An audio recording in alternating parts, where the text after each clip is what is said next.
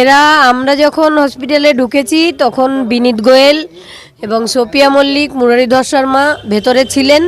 তাদের উপস্থিতিতেই ভেতরে যারা ছিল, ইন্দিরা মুখার্জি তিনি প্রেস কনফারেন্স করে দেখিয়ে দিচ্ছিলেন, অভিক বিরূপাক্ষ, দেবাশিস সোম, তারপর প্রসূন চট্টোপাধ্যায়, এরা ছিল, এরা নাকি বিভিন্ন ধরনের এক্সপার্ট ছিল। এটা ইন্দিরা মুখার্জি মিথ্যে কথা বলেছেন প্রেস মিট করেই।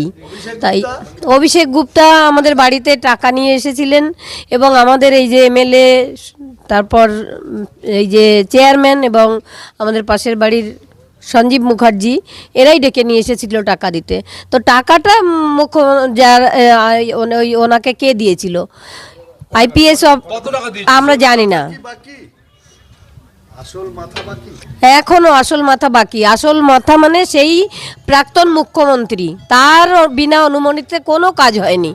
আমার মেয়ের খুন থেকে শুরু করে তার তথ্য প্রমাণ লোপাট করা, এমনকি দ্রুততার সঙ্গে পুড়িয়ে দেওয়া, সব কিছুই তখন মুখ্যমন্ত্রী মানে প্রাক্তন মুখ্যমন্ত্রী মমতা ব্যানার্জির নিয়ম মেনেই হয়েছে, উনিই করেছেন। অবশ্যই ছিল, আমার মেয়ে স্বাস্থ্য দপ্তরের কর্মী ছিল। উনি কেন করলেন এরকম তথ্য প্রমাণ লোপাট? অপরাধী বাঁচানো, সেটাও তো একটা বড় ক্রাইম বাঁচাবো আমি, তার মানে আরও বড় ক্রাইম হবে। তাহলে মুখ্যমন্ত্রী কেন অ্যারেস্ট হবেন না? আমি ডে 1 থেকে বলছি যে মুখ্যমন্ত্রীকে অ্যারেস্ট করলে সব জানা যাবে। প্রাক্তন মুখ্যমন্ত্রী মমতা ব্যানার্জি, এখন আর মুখ্যমন্ত্রী নেই, উনি মমতা ব্যানার্জি। আমি বলেছিলাম 14 তলা নবান্ন থেকে ওনাকে না নামালে আমি মেয়ের বিচার পাবো না। এবার দেখুন কেন বলেছিলাম এই কথাটা। বলি যে আপনার বাড়িতে এসে মুখ্যমন্ত্রী কথা দিয়ে গেছিলেন, মানে শুভেন্দু অধিকারী, কি কথা রাখলেন? অবশ্যই কথা রেখেছেন। 3 জন আইপিএস অফিসার সাসপেন্ড হয়েছেন। এবার বিচারটা হবে, সবে শুরু। হ্যাঁ, সবে ফাইল খোলা হয়েছে, অনেক মাথা রয়েছে। যেমন সেদিন সেমিনার রুমে যারা ছিল, অভিক বিরূপাক্ষ, সোমনাথ, প্রসূন চট্টোপাধ্যায়, তারপর দেবাশিস সোম, এরা সবাই মানে সাসপেক্টেড লিস্টে রয়েছে।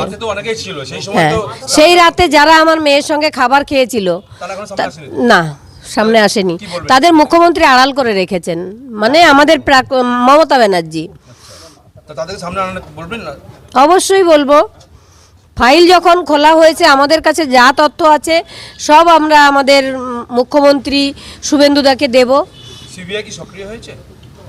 আমি সিবিআই অবশ্যই হবে। মুখ্যমন্ত্রী যদি ব্যবস্থা নেন তাহলে সিবিআই কাজ করতে বাধ্য হয়। কতটা ভরসা বাড়ছে? অবশ্যই ভরসা সবসময়ই ছিল, কোনো সময় কমার ব্যাপার ছিল না। একসময় তো আপনি অভিযোগ করেছিলেন, সিবিআই বিরুদ্ধে অভিযোগ করেছিলেন। হ্যাঁ, সিবিআই কাজ করছিল না, হ্যাঁ সেই জন্য করেছিলাম। কাজ করলে তাকে বলবো যে হ্যাঁ কাজ করছে। অন্যায়কে অন্যায় আমি বলবোই, ন্যায়ের পথে আমি রয়েছি এবং প্রত্যেক বাবা মাকে বলবো, বাবা মাকে যে ন্যায়ের পথে আসুন, অবশ্যই বিচার হবে। জানি না সেটা।